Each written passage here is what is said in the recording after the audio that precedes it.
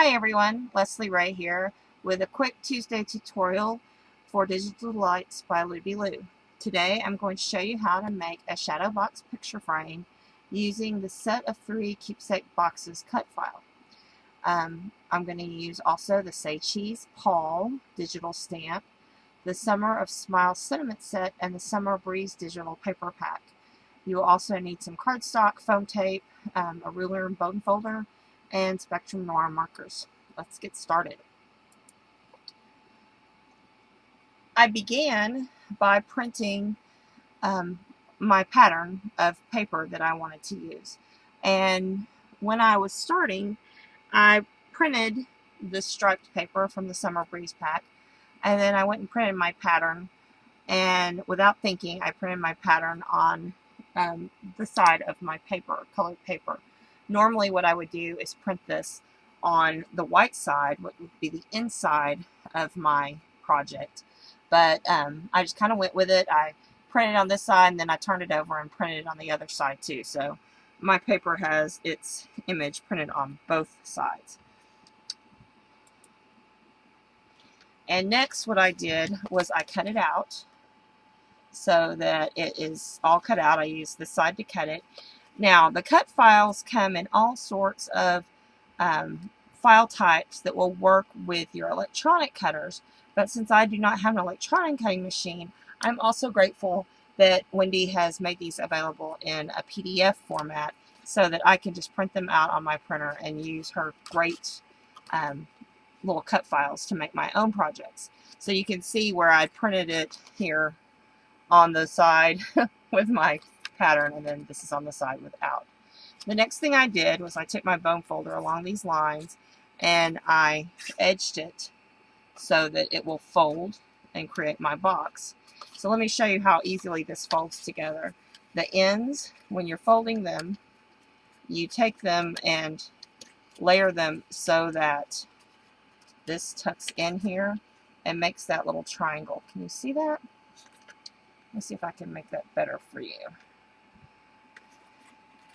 See the triangle? What you do is you have this, and then this one comes down, and then this one gets layered so that it's like that. So that creates the box. And these are real easy to put together. I don't want to get too far ahead of myself, but I want to show you how easy this is to make this box so that it makes a cute little keepsake box. Now, normally people would fold their box up and they would be dead and you could put something in there. We are going to put a picture in there. And I want something contrasting in here, so I'm going to show you what I did. I printed myself another piece of matching paper from the same line, and I want to bring this up. I don't want it to be so far down in my box. So I've put some foam tape on the back to help bring this up a little more. Let's see here.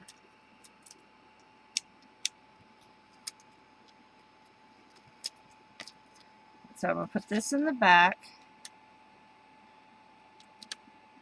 so that it fits inside these dotted lines, which is kind of handy when you're doing this.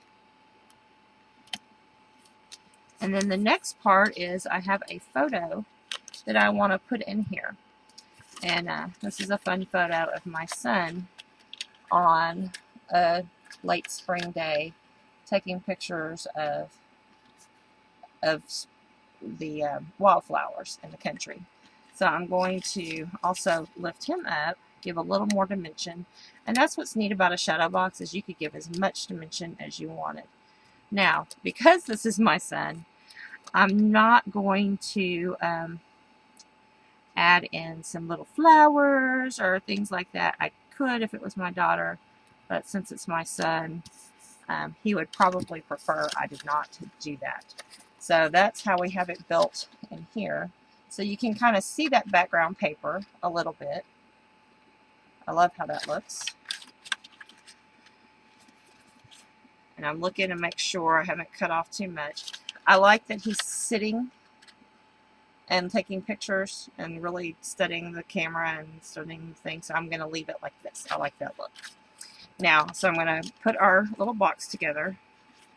And like I said, I'm going to fold it so that it makes nice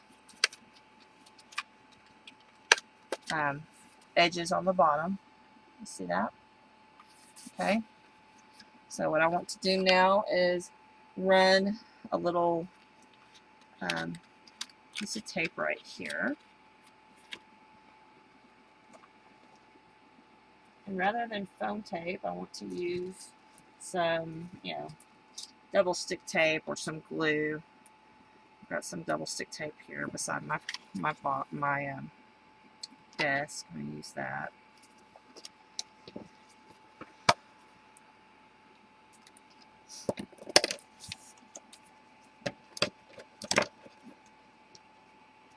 If you had picked some pressed flowers, like if you wanted to continue to do this theme, you could add some pressed flowers into your box as a layer in there.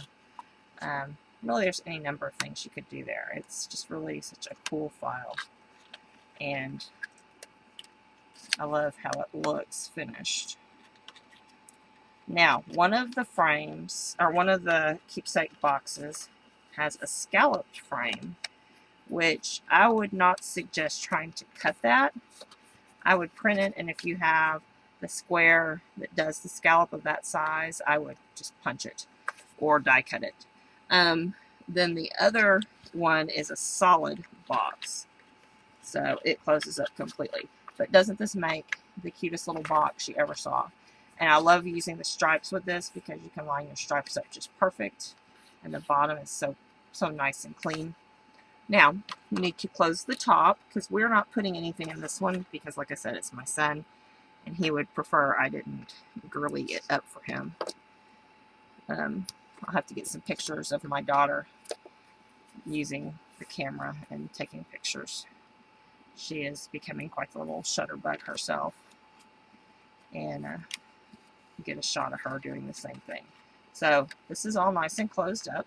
Okay, so the next thing I want to do is add this cute little image of Say Cheese Paul, and I want to pop him up just a smidge also.